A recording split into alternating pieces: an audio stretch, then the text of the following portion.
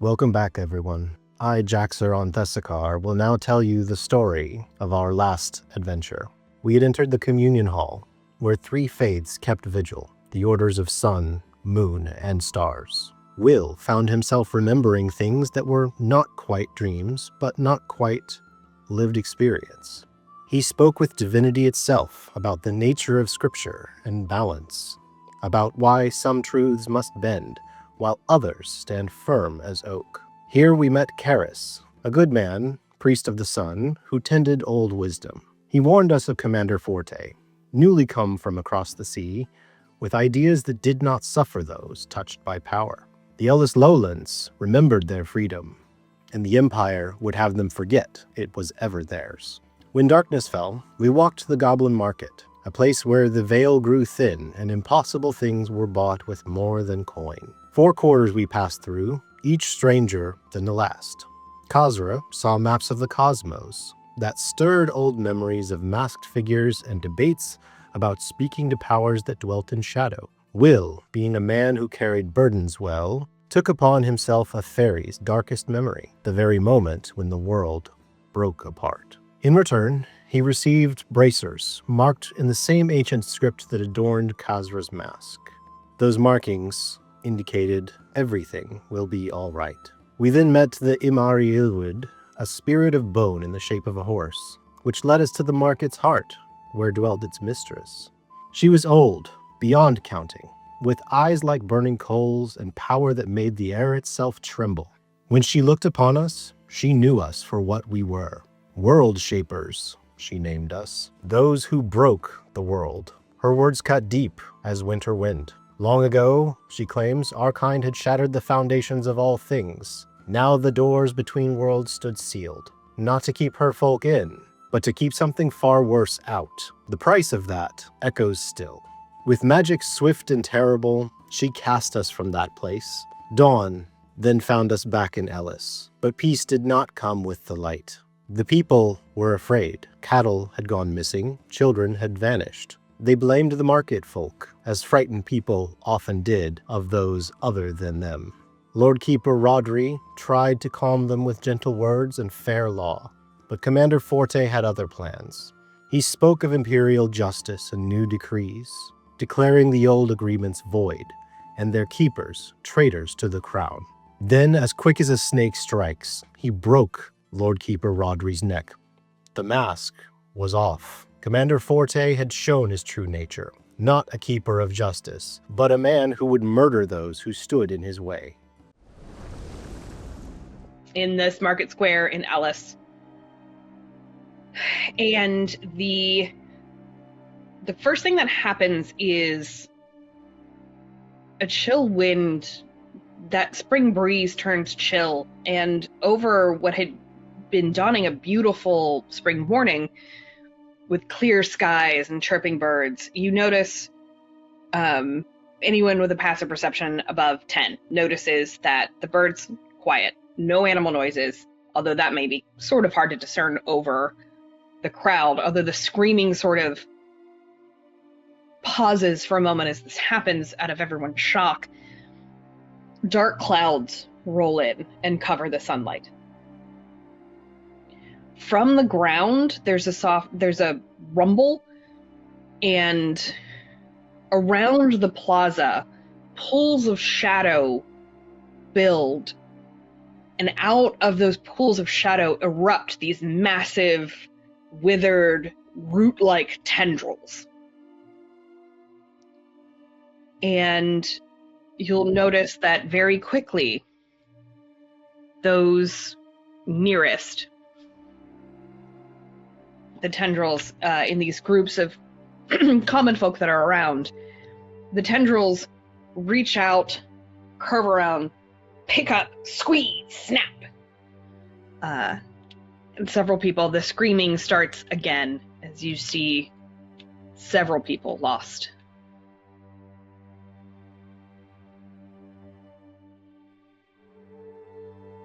And in the front, on the wooden platform, as Marcus Forte, the Templar commander, stands there in his once gleaming armor, I need everyone real quick to give me a perception roll. Natural 1. Hey, Go ahead and mark down that Archetype archetype point. 17. 18. 12. Jaxiron and Pertinax, you both noticed that it's not just a shadow that has overlaid this gleaming armor. The shadow spreads down the armor, so it's not just from the clouds above, it spreads almost like an ink stain. And you notice the armor turn from this gleaming, well-kept, shiny metal to a dark, kind of almost black, time-roughened material. And the shadow spreads over his cloak, turning it a dark gray, and it looks almost aged. And you see that even the shadow across this man, who is just a normal-looking, pale-skinned human, turns almost unnaturally pale as the shadow kind of spreads over his face, and it grows more gaunt and lean and hungry appearing. And you hear this cackle from across the plaza as out of the tendrils of darkness, this sort of bent, twisted figure in a long hooded cloak reaches out of the plaza and goes, "The hunger. I can feel it. Oh, yes." And this cloaked figure moves quickly with this kind of unnatural, creepy scuttling, grabs up this, this commoner next to him, lifts him up, brings him down, bites into his neck with like sickening snap of gristle, and there's blood spray, and it's almost hard to see because everyone for a moment is kind of paused again in their panic. And then the screaming commences once again as he drinks his fill and tosses this body aside. They are not on the battle map yet, are they? You are. We are. Is this blood-drinking monstrosity? Yes. Around this figure, too, I think one of the most unnerving things you'll note is in why it's easy to see, even though you're across the plaza and through these crowds of people, why it's somewhat easy to note him is because surrounding him, there's almost this whirlwind of buzzing insects. The next thing that happens is out of the shadow cast by these tentacles, the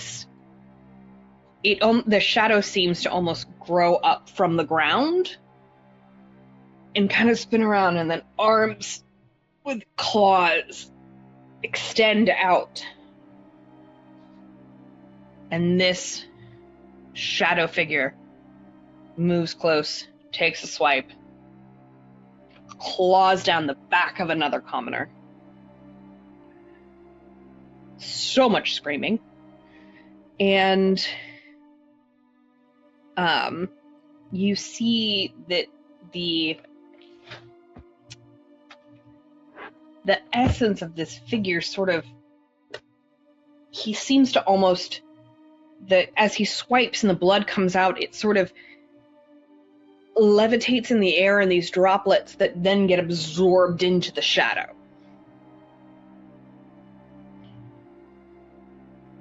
And with that, it is Jax's turn.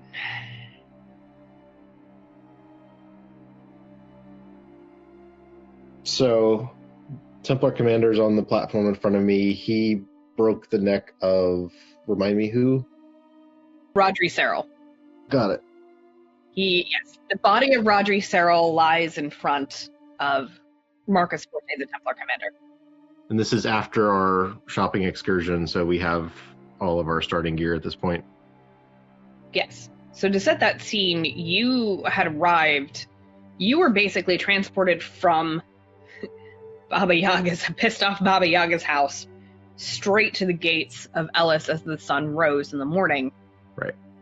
You have not had a long rest, but you have also, because so little time has passed for your perception, no one except for Will has a point of exhaustion. Will has a point of exhaustion from his bargain with that fae. Yep. The Tooth Fairy.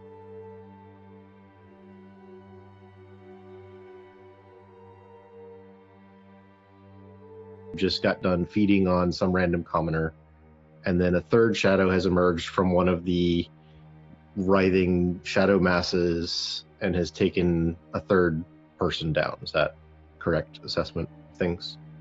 Yes, they look a little different. That second shadow figure that emerged from the tentacles there's one that's sort of surrounded by this swarm of insects that seems a little more corporeal, and in keeping with, like, has a cloak. The other one seems to be entirely comprised of shadow. The first thing he's going to do is look around, look for vulnerable people, look for like where the threats are coming from, just try and assess the situation. Like, he works better on instinct than he does on tactics, but he has the wherewithal to, not necessarily just rush thing that looks like it has sharp teeth. What Jaxiron was going to do is charge at the platform where the Templar commander is, while raging, and then is going to pull out the trident that he just purchased and hurl it at the less corporeal shadow, the one that just emerged and just sort of took someone out.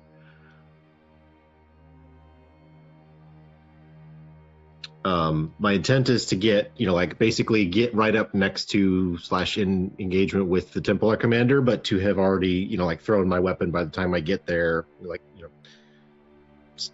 mid stride, launch it at the shadow so that then I can just focus on the big guy in front of me. Okay. So we move to there. That's as far as we can get, unfortunately. But then, okay. So you moved up next to the platform. Yeah, you are in front of. You can see as you move up, on either side flanking the platform, there are some very baffled and just almost shocked, just general city guards. Mm-hmm. Right?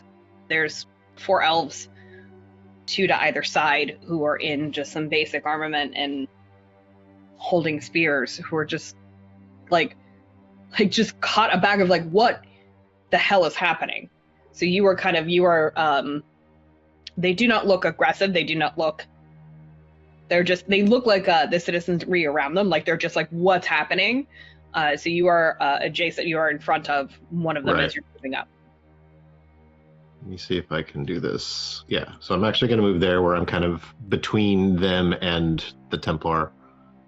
Yeah, you can also move through the crowd in front of you if you want to push through. You are big enough that people will kind of automatically give you space. All right, sure. So we'll get to there. I think then. the raging barbarian is going to part the Yeah, you know what? A charging brass dragonborn is going to get some people's attention, and they might just kind of like, whoa. Yeah. They're probably also not just standing there, but screaming, backing away, kind of beginning to flee and figure out what's going on there. They've stopped from being rooted and are now agitated and somewhat mobile and on their feet.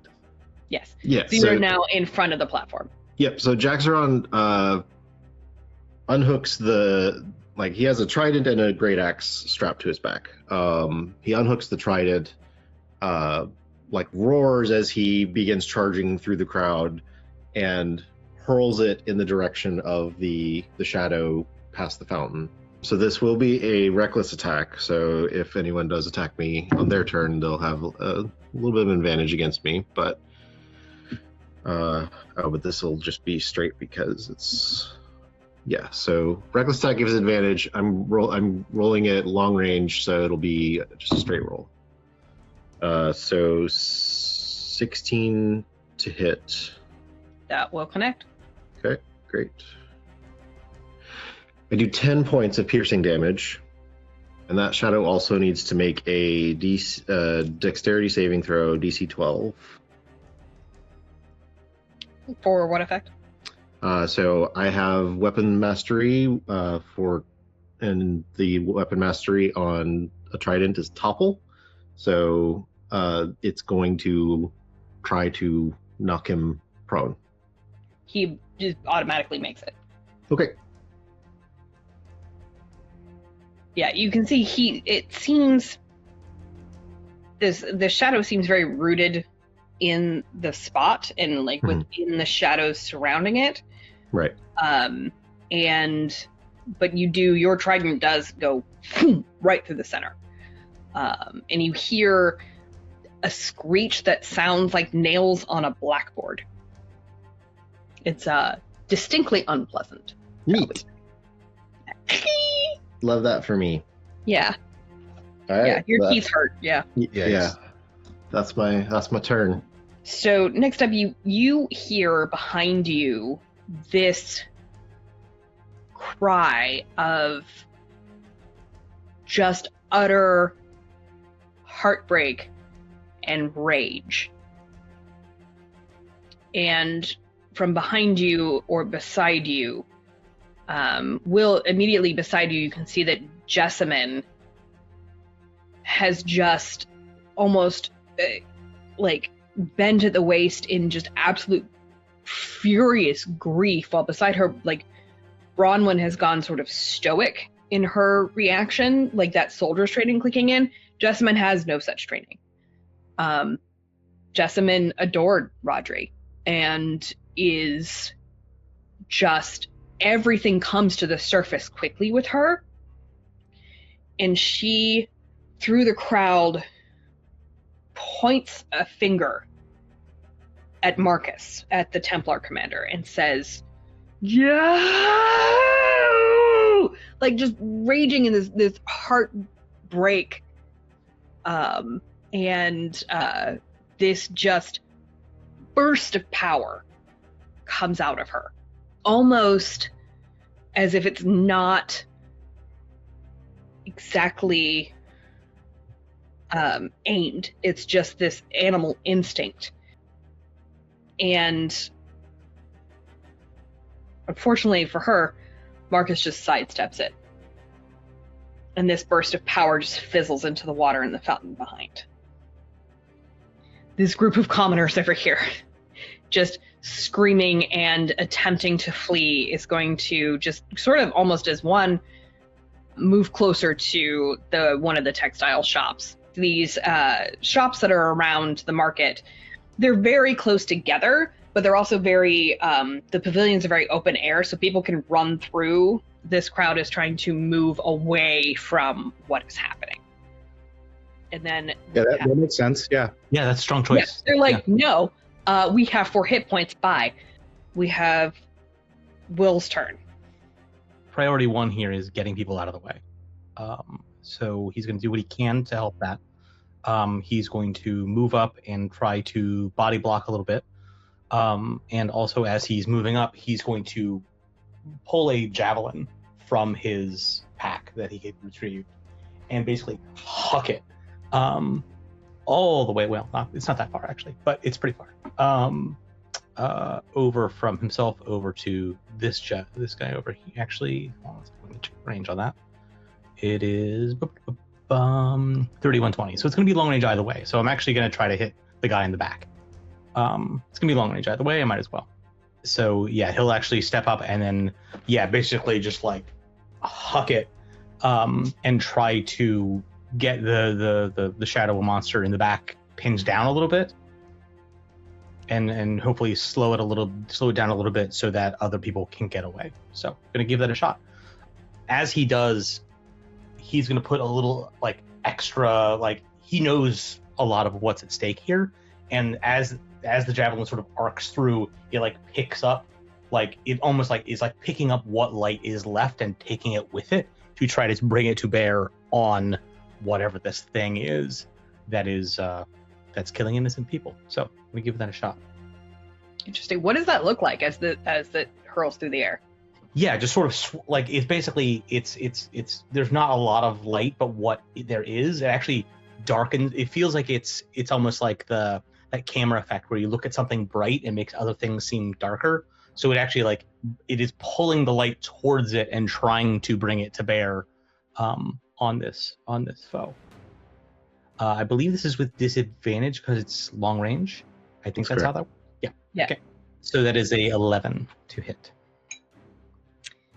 The spear kind of whizzes and embeds itself in the this javelin, embeds itself in between a couple of the stone paving stones in the mortar, about 10 feet away from your target.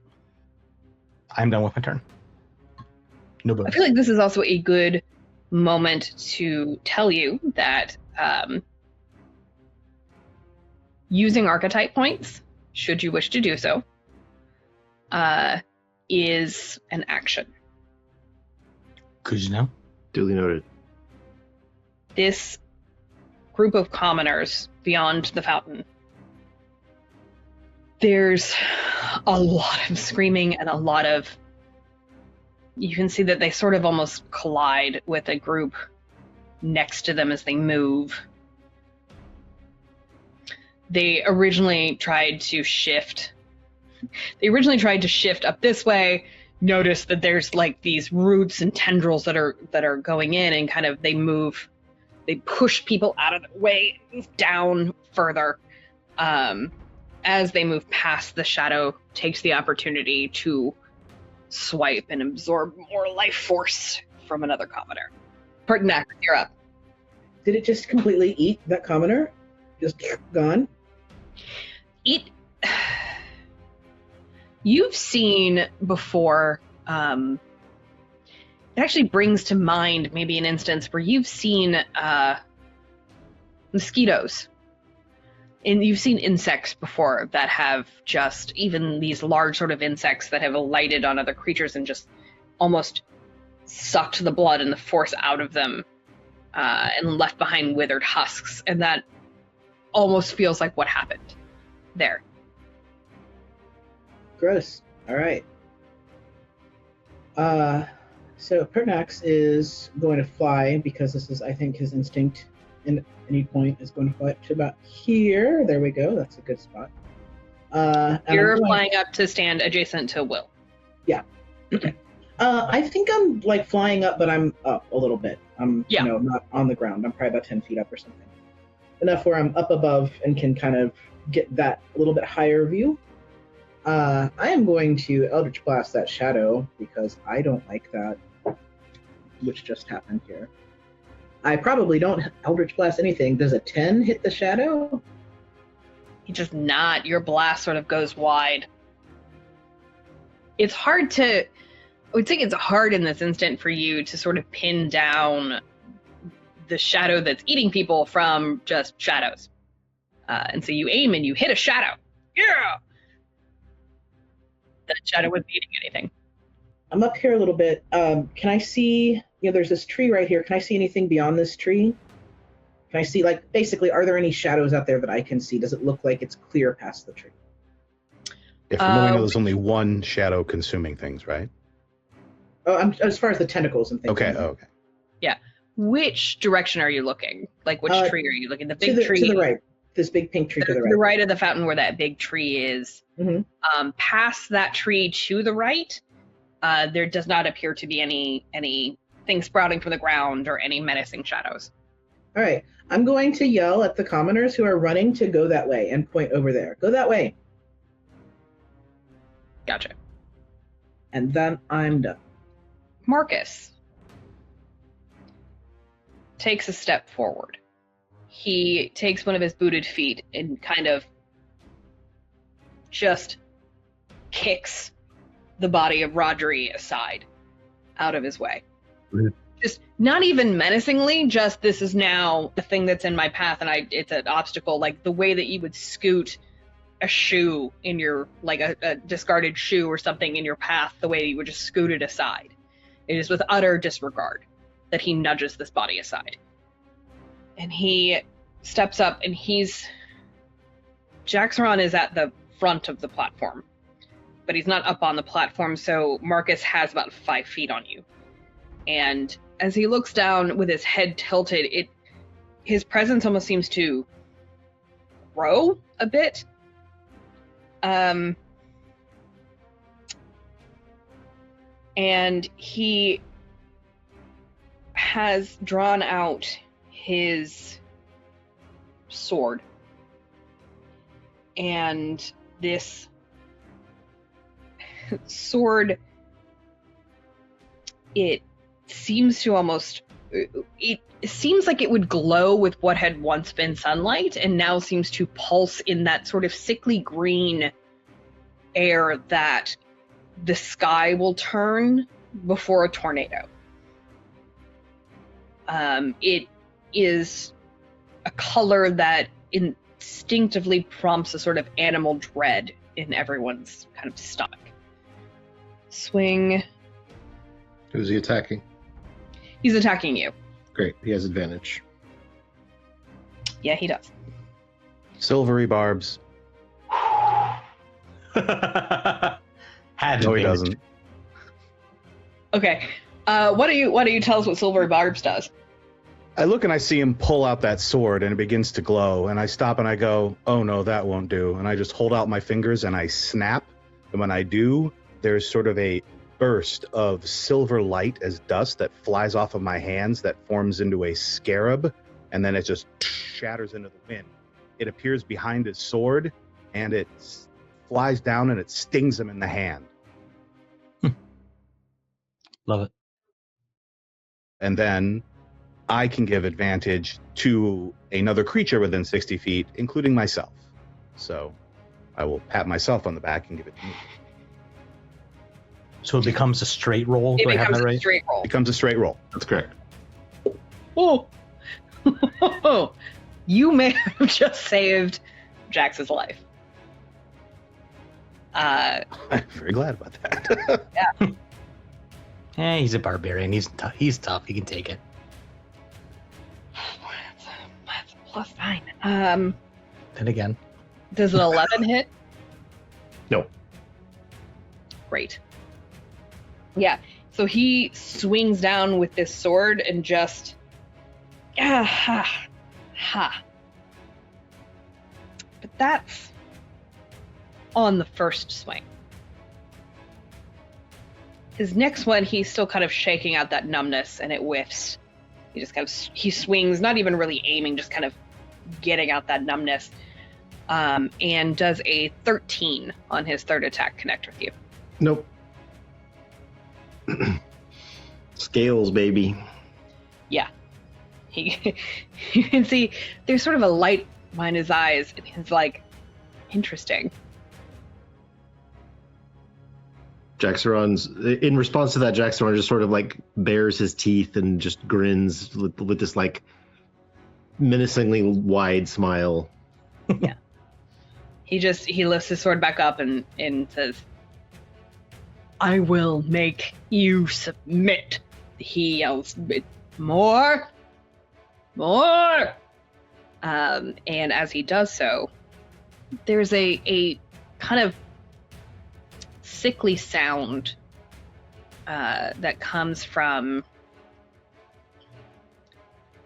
to your behind you, sort of to the left. This kind of like sucking wet sound. And you see that some of the shadows again sort of disconnect, but instead of seeming made of shadow, they almost seem gelatinous in a way. And as these tentacles sort of writhe, really gross, quite frankly. Yeah, it's really gross. Yep. Yeah, it's not great. And it kind of like moves across the pavement with a really unsettling sound. What's the opposite of ASMR? Yeah, no. It's just, no, thank you. Do we have to put a content warning on this episode? Like, there's going to be some weird mouth noises.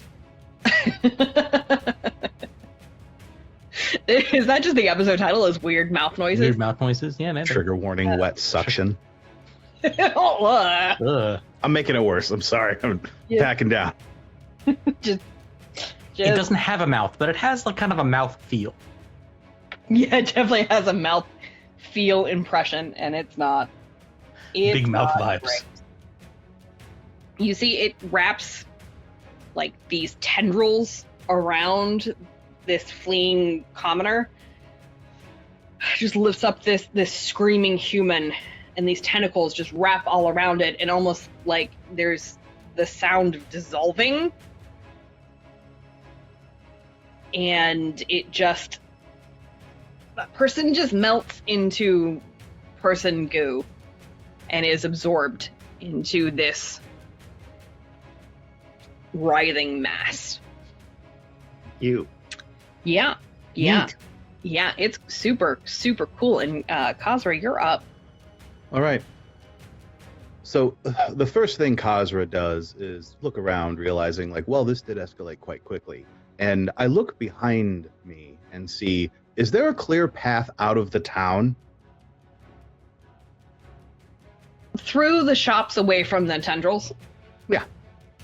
Okay. And also probably behind you, but although Yeah, there's that's what I said. I look behind me. I'm like, okay, so back the way we just came, which was, through a door and through the town and up to this mess. Like, so we have a way out. Okay, well then I feel better about what I'm about to do, which is foolish since Kazzra's thought was, well, this wasn't really our problem. We could have just, grabbed our people and ran away. Doubt they would have come with us, but still, we could have ran. But now I guess we're stuck into it, so might as well go full bore.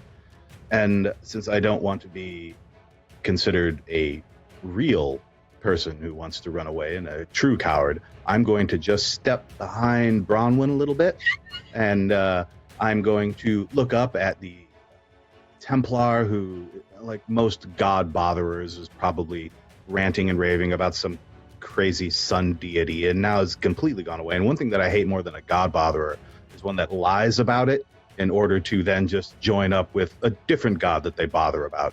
So I look at him, knowing that I want to sit with god botherer for a moment. That's just what I call clerics. They're just god botherers. It's such a great word. It's such a good term. Okay, I'm sorry. Continue. And I blast Marcus in the face with a witch bolt. Get Marcus in the face with what? Witch bolt. Oh, Cast okay. a spell. No, she's asking which bolt. This bolt. Which one of those bolts? Yeah. Yep. Which spell? Dispel. One of those is a 20, so I rolled a natural 20. Since I have Okay. advantage.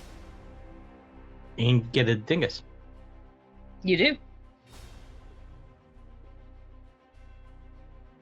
Archetype points are now dinguses. That's Dingai. That's canon.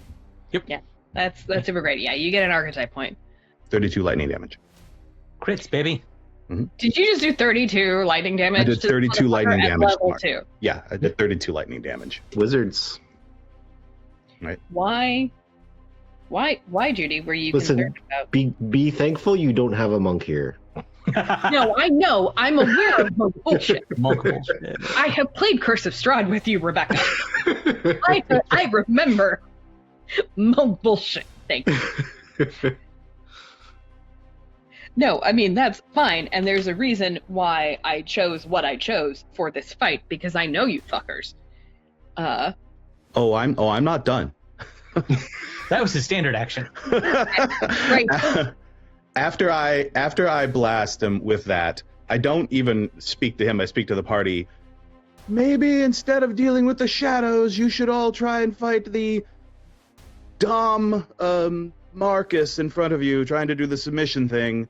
And then I kick on Dreadful Gaze, which is my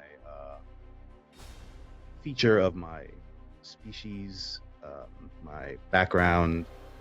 Marcus is within 60. Yep. He's got to make a wisdom saving throw, DC 15, or become frightened of me. And then nothing on to say. I'm frightened of you. He auto makes it. Probably auto makes it, yeah. Probably. He's like, were you trying to frighten me? As the sort of that electric energy kind of crackles around his burnt armor.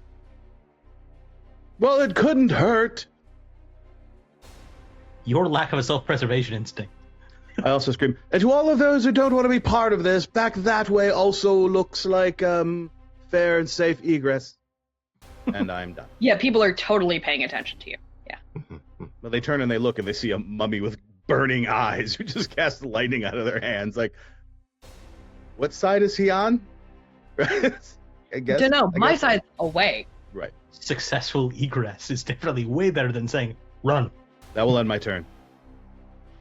Is that wizard shit? That's wizard shit. Right? That That was is wizard shit. That was wizard shit. That was good wizard. That was good wizard shit. Yeah. All right. Unfortunately for you, Why, you fools? you hear that gross kind of sucking noise again. Do you want me to recreate it? Are we good? Yeah, run it back. Does anybody Yeah. else want to try? Yeah, there you go. Yeah. More of there you that. go. Yeah. Yep. It's like the sound in my head if I have like a mouthful of marbles, tapioca, and sand all at the same time. It's an oddly specific combination. Yeah, but I Sounds like, think it'd this happened. be, it'd be very unpleasant. Marbles, tapioca, and sand in the chamber there. Okay. Yep.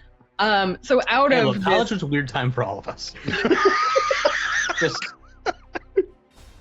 yeah. Yeah.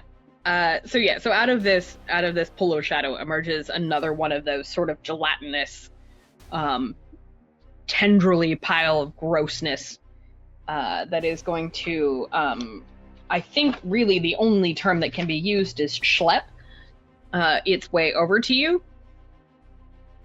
Splort. Schlorp. Splorts its way over. Schlorps its way over. Schlorps its way over, yeah. Does an 11 hit you? No, it does not. A 12 does, but 11 does not. Very good.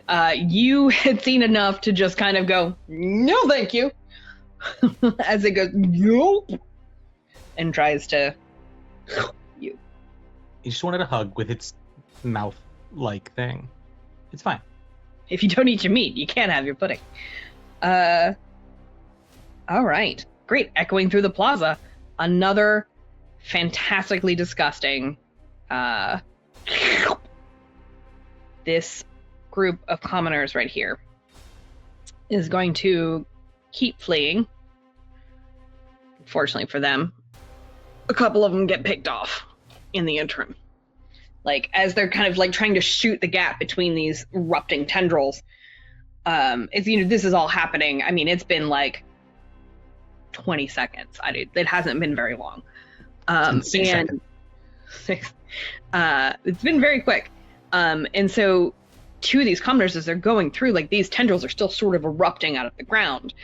And as they're trying to, basically, as they flee, it becomes sort of shooting the gap, and these tendrils, reach in and they reach in to grab and pull, and you can just see that it's just, for an ordinary person, that's enough to just crush them. This group up here also attempting to shoot the gap, largely does so successfully, so those four are kind of fleeing towards the northwest to the east of the platform, to the guard closest to the fountain, kind of shakes themselves and just jumps up onto the platform and says, "You are not the sole authority in this city." Just like, what is happening? This is not like... Yeah, you tell them. Yeah. I swore an oath to the people of Ellis. I did not swear an oath to the Austrian Communion. Like, this is not acceptable. Unacceptable! And so He's gonna write a sternly worded letter. Oh, absolutely, just, I am the authority here and you should listen to me. Like, I'm part of the authority here. Like, I will stand up in front of this. Which I'm sure is gonna go great for them. Is he dismayed? He's very dismayed. Wow. That's way beyond concerned. And just like jabs with the spear, and the spear just kind of like dink. Aw, Dink. buddy, you tried. You trample. Such try, such bravery, such futility. Rolled a 3. I mean, to be fair, the only person who's done anything of consequence to this bad guy is the wizard who basically tried to evaporate him. Everybody else is just glanced off. So it's not just you. Out of the shadows emerges another of those sort of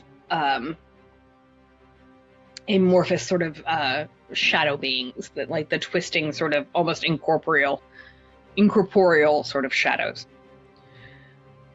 Schlorp beasts. It's not a schlorp. It's a it's a wispy. Wispy.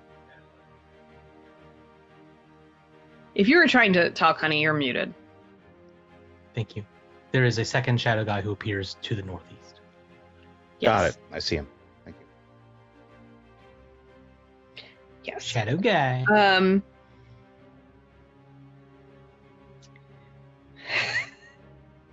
Someone was muted. We drink, right? Is that how that works?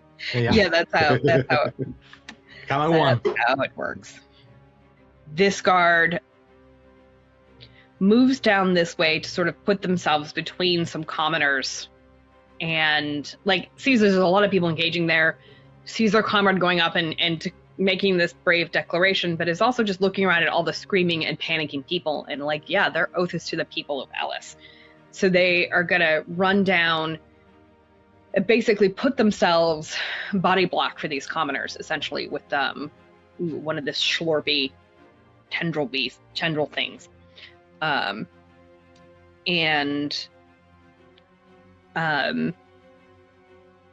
gonna like stab with their spear at it. It kind of sticks in it, and there's a little bit of like spray that comes out, and that guard kind of like goes and as sort of like there's like a splatter with a sizzle of almost acid that comes up, and they that doesn't feel great to them, but they still sort of and then kind of like pull back the spear and kind of like try to shake off. You can see the acid has started to eat a little bit away at the tip of the spear. You see again erupting from the shadows another sort of wispy shadow being kind of creeps out. It makes itself known in front of Kazzra. Bronwyn sort of shakes herself and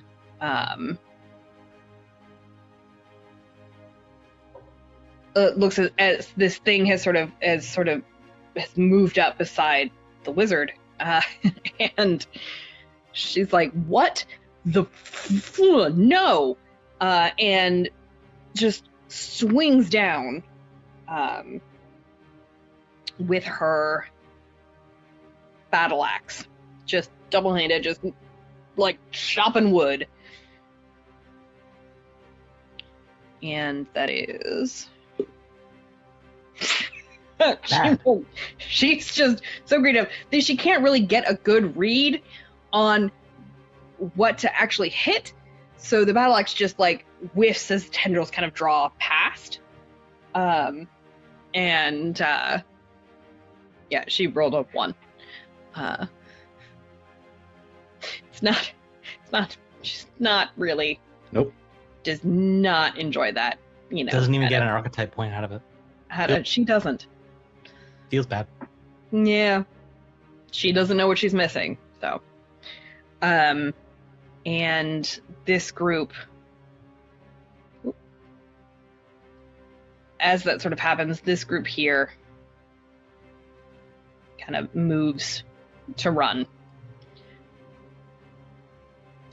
as they do so, more shadows erupt from the ground to take swipes at the fleeing crowd. One of them does connect. All right. And now we have the thing that I've really been waiting for. Great. Yeah. I love this shirt.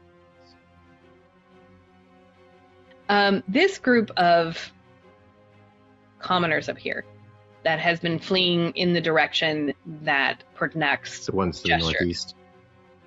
Yes, the group that is to the northeast of the fountain that has been fleeing towards like through and under the tree, as Pertinax has suggested, that has started to move in that direction.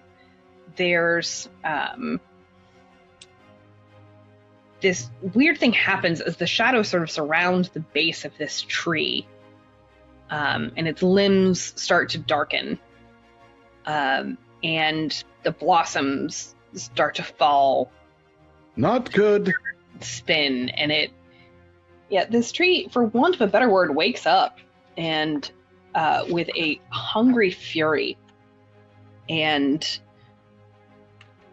just kind of bats down with its branches. It's hungry for shades, right? What's that? Nothing. Carry on. It throws shade. Bats Yeah, down It has a like, hunger. girl, those shoes. Trees provide shade. I mean, they would naturally want to, hurt their competition. Yeah, and That's it just just logic. as you That's see, just tree this logic. tree just batters this this elderly halfling that's trying to flee, and just basically just smashes their head against the cobblestones, and it's not a pleasant sight. And as that sort of horror is happening, you hear from farther up in the plaza, kind of running through toppled. You can hear from the textile store that's over to the west. There's like the toppling of racks and things like that as somebody is shoving things out of their way, moving towards you rather than moving away from, rather than fleeing. And you see Karis is running into the plaza, just with a wide-eyed look of with a look of determination and also just utter fury. And he has emerged from the shop. He's going to move up here. He's going to kind of like scoop a commoner like behind him, and he looks at Marcus, gasping a little bit, and he's going to look at Jax and how close Jax is to, like, he sees Jaxiron and he sees Will up at engagement, and he knows how tough Jaxiron is, like he can see from those scales and things like that, and he looks at Will and he is going to cast Shield of Faith on Will. More AC is certainly welcome. I'm curious, how does this feel to Will in comparison to the magic that Will naturally channels, produces, what have you? It probably feels comparable in the same sense that we know what hands feel like. We know what our own hand feels like when we touch it. And we know what someone else's hand feels like when we touch that. And this is like, instead of holding my own hand, it's like holding someone else's hand. That's familiar, but it's not the same. And it's, given that it is, coming from, it is this sort of form of radiance. It's like a familiar light, but it's not his. It's not like, there's just something like off about it. I don't know if he necessarily feels that it's good, right? Like, it's because it is this sort of unfamiliar thing to him. This lack of, like, I don't know that I fully trust that this is, like, he can sense that it is protective, right? But also, he's just like, this guy and this guy were notionally on the same team a second ago, right? Before he, killed the Lord of the City and turned into a shadow monster. Straight up, that's one of the best ways I've heard. magic referred to as holding hand and holding someone else's hand. Something inside me just went, ah. Hold on. So, yeah, no, I think that there's like he's okay with it.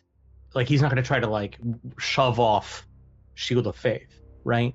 But he is like suspicious of it, right? Because I think at this stage, you know, he's willing to take the help, but also like there are larger things at work here, and he doesn't understand them, and he feels like he's kind of flying not solo but pretty solo, as far as he doesn't have like there's no rules to this engagement, there's no boundaries, there's no guidelines, so he's maybe just sort of a little uncertain, which he doesn't sit well with him. So Karis is there, and up towards the center of the plaza, there's two groups of commoners that sort of, they see this tree flat, and they see these shadows erupting from the ground between them, and they just sort of scatter back a bit. A few of them... They can't get you all. Yeah. Well, as they scatter back, one stumbles backwards into a hungry sort of chomp chomp. A few of them kind of like look around, and one person starts moving, honestly, just hucks over the fountain and starts moving to the water. Yeah, good move. Just get in the water. Yeah, all right, fine. Just start following. Like, I'm following that guy. What are they going to do? Arrest you? Get in the fountain? Right. This shadow slides forward. Absorbs a person. This shadow slides forward. Absorbs a person. Things are going great in Ellis right now. It's really... I mean, on some level, like, it kind of doesn't matter that the Lord died because all the citizens are about to die too. Yeah. So, like, do you really need a Lord at that point? Basically, Like, and I will say it's this redundancy. I'm just telling you, they're home paying prices are about to efficiency. plunge here. If we wanted to pick up a summer property, now's the time to do it. Yeah, now's the time. Yeah, the housing market's It's great. free real estate. It's Ugh. Well, I mean, I'm sure there's some... other than the blight. Yeah, you know, Yeah, you know. it's a blighted property, Some literally. stain removal that has to be done. Definitely not going to have a garden. This is a representative of some of the people that are directly in the plaza. Obviously, people had been packed into, like, the awnings of stores and the alley, the street behind you, and streets leading off that have successfully fled Right. as the screaming started. And then these are just the unfortunate people that were like, I'm going to get a good view of the announcement, or I have a thing to voice, I have an opinion, and there, you know. This is sometimes it's not. Sometimes town meetings aren't all Parks and Rec. So It's safety in numbers, though. I don't see the... yeah, no, that's numbers. I mean, going great for them.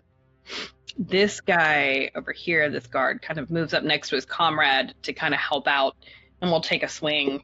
He doesn't make a big pronouncement. He doesn't do. He just whoom, with his spear.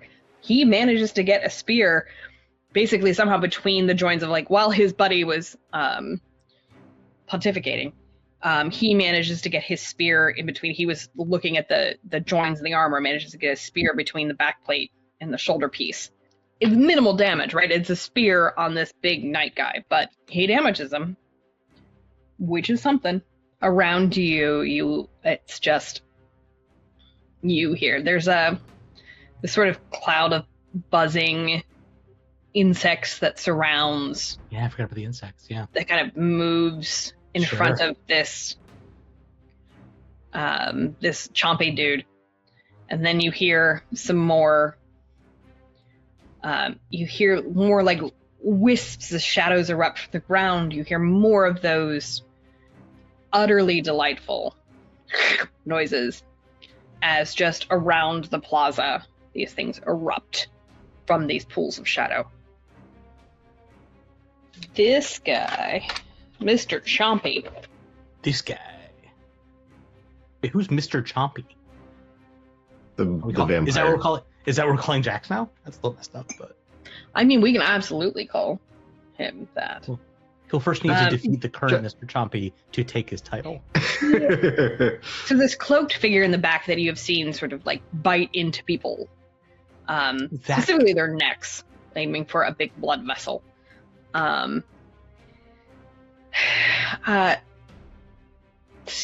It rises into the air. Does not have wings, but it just kind of floats upward. And glides, having caught on that he's perhaps missing the fun. Nope, we're good. We got it. We'll take care of him. You're good. You can stay over there. This shadow moves in concert. The tree does actually take a thumping attack. God. So the tree doesn't really care who moves underneath it. If there's movement underneath it, it's going to thwack at it. And the tree auto-crits on the shadow that just moved. Which is incredible, frankly. God. No, hey, I appreciate that. Look how big bad is it? Yeah, no, it's trying to be great. all scary, and all of a sudden the tree falls down. It's just like I'm trying to do something here with this whole aura, and you just had to. You know what? No. Hold on. Now I need a calculator. Good God. I need a calculator, says the DM. Seems fine. Don't go near the tree. Got it. Yeah, right? Lesson. All right, okay, new plan. Yeah, this tree throw just other goes things. New into the plan. tree. Throw Marcus under the tree. boom, and just smashes this shadow into it. The shadow gets smashed down into the pavement, and just it seems to kind of spread thin until it sort of almost evaporates. I softened it up for him. Yeah, you did. You totally did. I love it when the monsters auto-crit on each other. Oops. I knew putting this tree in, like, the tree is not going to distinguish, like, this magic is affecting Right. this It's tree. a hazard, yeah. It's not really distinguishing, like, it's not on anyone's side. It's just like, what is happening? And not really enjoying it. Jaxiron, you were up. Great. Seeing all of these other people getting, cut down one by one and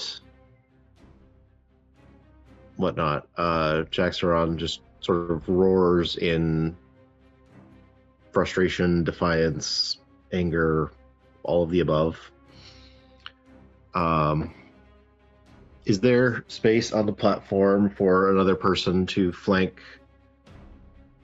Yeah, I think the so. Templar? Okay. Yeah. So jumps up full vertical, from standing leap up onto the platform next to the Templar, flanking with the guards with the guard who has managed to actually hit him successfully. So that should give you advantage, hopefully. Yep. Draws out his great axe and brings it he reaches behind him with both hands. The great axe is strapped to his back inverted, and so he just reaches behind him and just brings his whole body around to sort of bring it down full heft on the Templar, on Marcus. That will be a 23 to hit. That hits.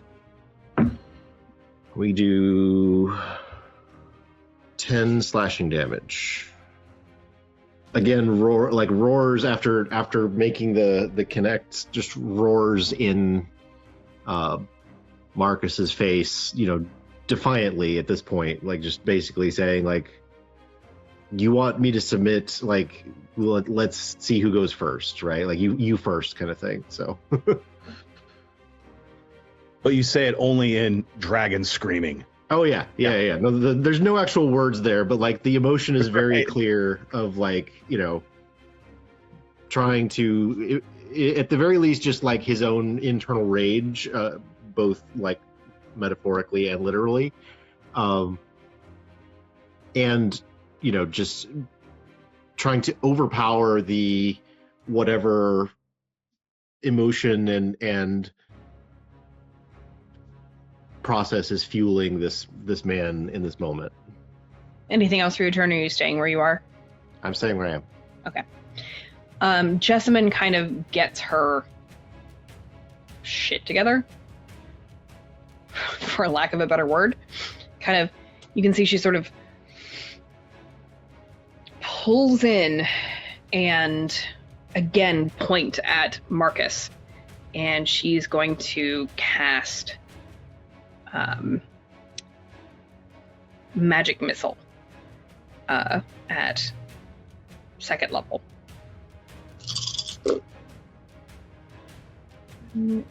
Nothing quite like that sound. 16. So it does 16 points of, you see these kind of red and they're actually like shaped like bar darts that you would throw at a tavern, right, as part of a game, and they just shoot out from her, like move around the crowd and connecting, just thump, thump, thump, thump, like basically right into Marcus's face, and for a total of 17 damage. Next up we have Will. How is Marcus looking? Like a tank. Well, still a boy can dream. Let's see if we can take some of the armor off that tank. So he's going to, I would assume after he threw his javelin last time, he would throw his, draw his longsword to have that ready to menace this guy with. And as before, he sort of infuses a little bit of his own light into the weapon. And so real quick, you are, he has a height advantage over you. Sure. So unless you get up on that platform, you're going to be at a disadvantage when you roll. Okay. I should be able to move around. Yeah, you can move around the guards and get up there. That seems like a good move. Actually, can we go back for just a second and can I ask, and maybe the answer is no because he's raging, would Jaxie have the wherewithal to note I should create room for Will up here also? I think he would, yeah. So he would shift around behind. You're muted. Great. I will step up there and I will step up there and try to make an impact on this guy. See if we can at the very least stop him from doing whatever it is that he's trying to do.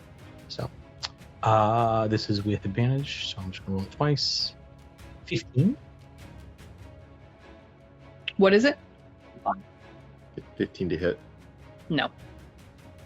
All right. Clangs off his armor. Cool. That is, I believe, my turn. Yep. All right.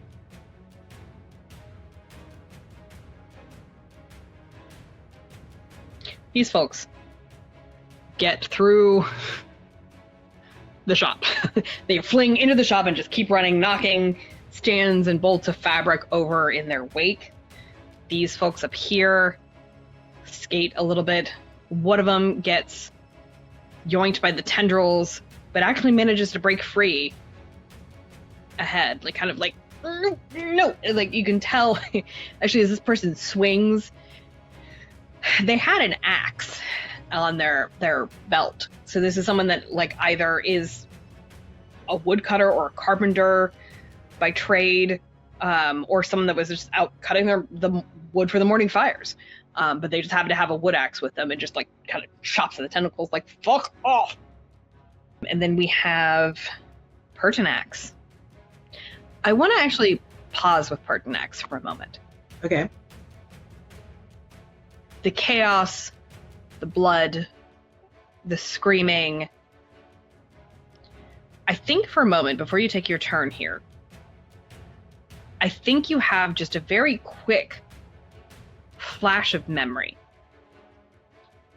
And I think you remember another time, another place where the area is kind of dark, you're inside, there's pounding drums, there's screams and cries, and it's almost hard to distinguish between agony and ecstasy of what's happening. And this, as you remember, these are called revels. As a very quick side note from GM to player, this is me working in your Rakdos cultist background. God damn it. I took something that was like, here's a thing from a totally different world. Can we make this work? I said yes. So this, you remember being in one of these. What sort of activities did Pertinax engage in these revels? But also, there comes a point where being the guy playing the lute doesn't quite work anymore. You kind of just got to let the drummers go. And at that point, I think sort of flying around and being acrobatic. Maybe grabbing the acrobats, swinging around between places and tossing them to someone else. That kind of thing. How do you feel? So these revels are something that people... You get this distinct impression, this memory, that these revels are not...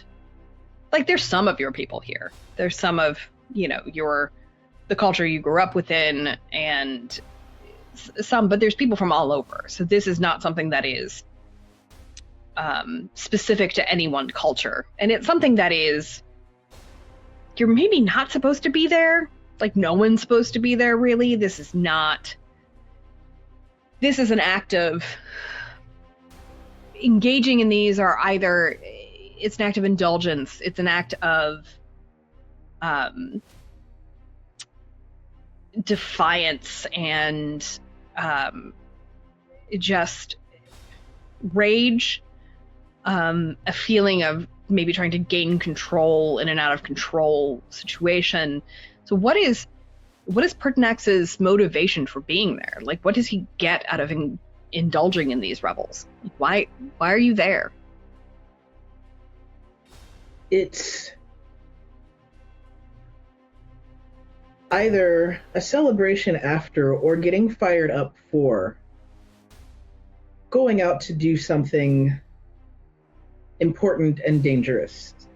And I don't know if he quite remembers exactly what this thing is that he would have been doing, but he knows that it's something that was important and that it was something that was supposed to help people, but also that it was something being done at great danger to everybody doing it, that there were people who did not want them to do whatever they're doing and would stop them if they found out about it. And so this was kind of a bonding thing through the people who were going out to do whatever this is that they were doing.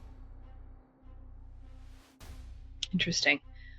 So the memory sort of like fades as it shakes your head as you're back in this situation, and you the screaming and the cries and the noise that's happening, this is not, there's no ecstasy here.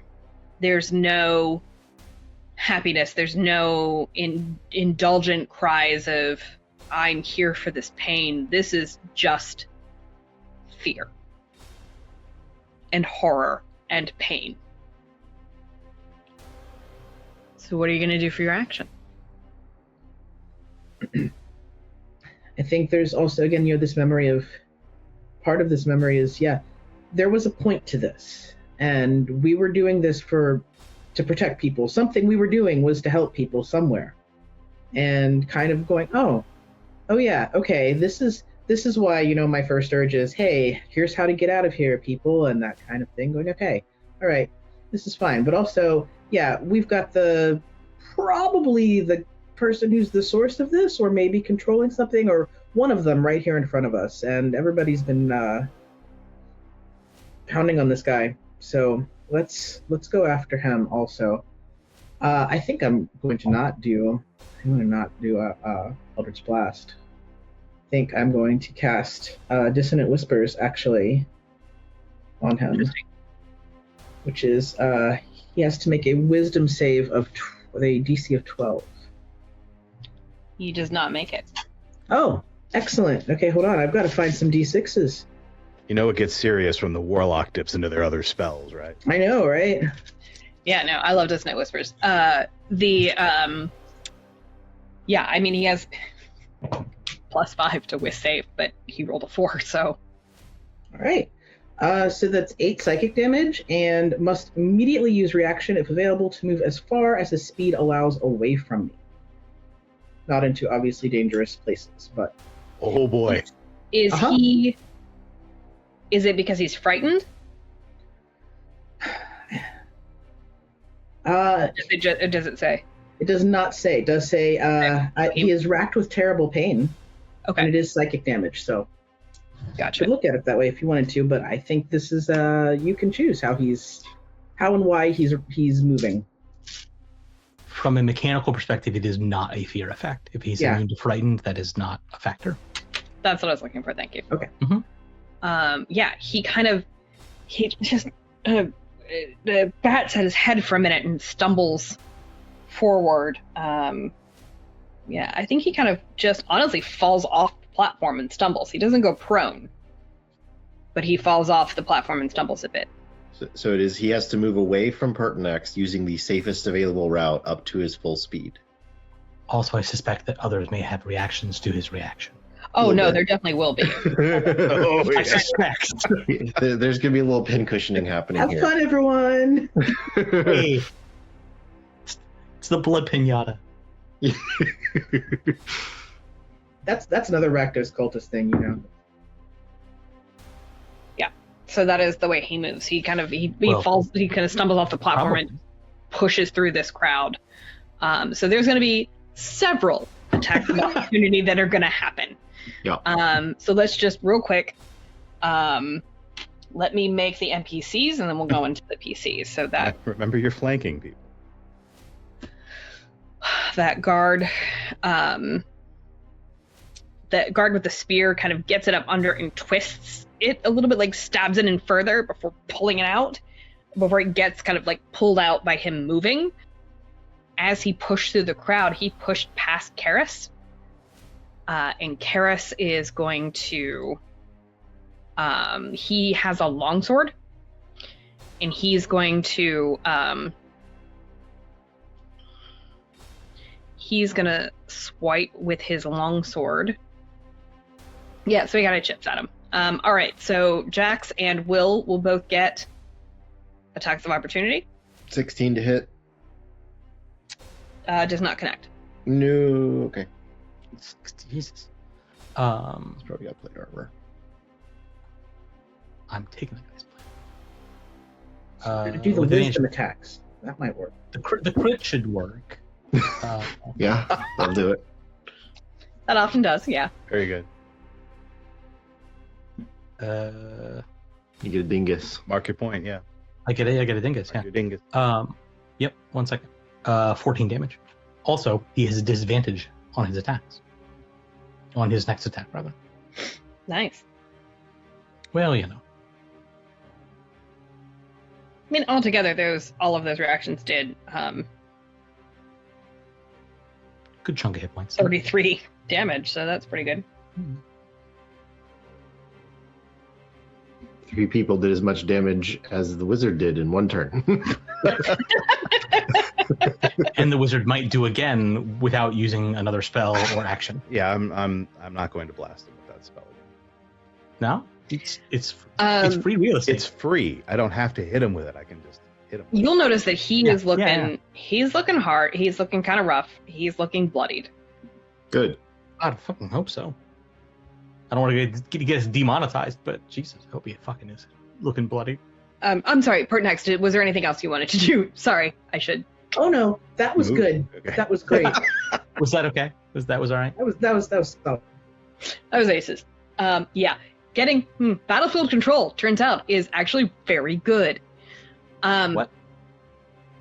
Speaking of battlefield control. I'm not sure it's going to pick up this animation. So for folks at home, right now, what we're seeing as players is a giant 20-foot radius blue dot covering the entire middle of the battlefield, slowly shrinking, expanding as the GM figures out the best possible way to really just stick it to us. Didn't So want to it's stop you definitely because not I'm on us. going to keep using that, but they are seeing. Oh, they are They saying, are oh, great, seeing. great. But our description is going to go great over it. You know, we're narrating for the folks who are just listening. I'd say if it's fireball, uh-oh. Good news, it's not. He's about to have a different Firewall set would of be problems. much larger than that. We'd all be in very deep trouble. We will be in deep trouble on several levels if that were fireball. We are level 2.